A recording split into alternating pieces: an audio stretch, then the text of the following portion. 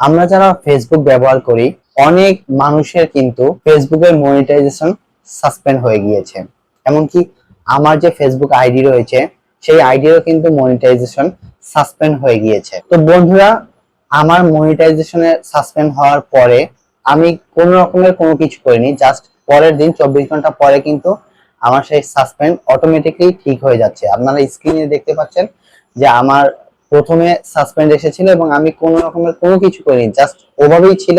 24 ঘন্টা পরে পরের দিন আমি সকালবেলা ঘুম থেকে উঠে চেক করে দেখি যে হ্যাঁ, এখন আবার মনিটাইজেশন অ্যাক্টিভ দেখাচ্ছে। অতএব আমার সেই মনিটাইজেশন যে সাসপেন্ড ছিল সেটি কিন্তু আপনা আপনি চলে গিয়েছে।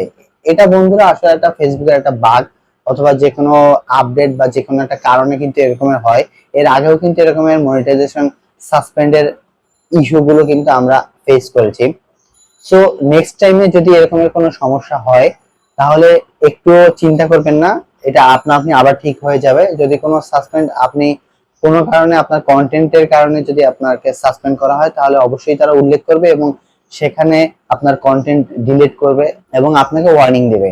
সো এই সাসপেন্ডের পরেও কিন্তু অনেকে কিন্তু তাদের আনলিগাল যে ভিডিও ছিল অথবা অন্যের কপি করা যে ভিডিও ছিল সেগুলো কিন্তু আইডি থেকে ডিলিট করে দিয়েছে। শুধু শুধু ঘাবড়ে গিয়েছে। আসলে ঘাবড়ানোর কিছু নেই, এটা আসলে ফেসবুকের একটি বাগ। তো আশা করি অনেকেরই ঠিক হয়ে গেছে, আবার অনেকের ঠিক হয়নি।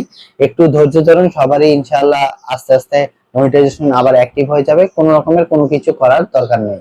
তো যাদের ঠিক হয়েছে অবশ্যই কিন্তু কমেন্ট করে জানাবেন যে আপনাদের মনিটাইজেশন সাসপেন্ড হয়েছিল এবং এখন মনিটাইজেশন আবার অ্যাক্টিভ হয়ে গিয়েছে। আর যাদের সমস্যা রয়েছে তারাও কমেন্ট করে জানাবেন। আর সমস্যা সলভ হলে সেটাও কিন্তু কমেন্ট করে জানাতে পারেন। তো আজকের ভিডিও এই পর্যন্তই। দেখা হবে নতুন কোনো ভিডিওতে, ভিন্ন কোনো পর্ব নিয়ে। ততদিন পর্যন্ত ভালো থাকুন, সুস্থ থাকুন।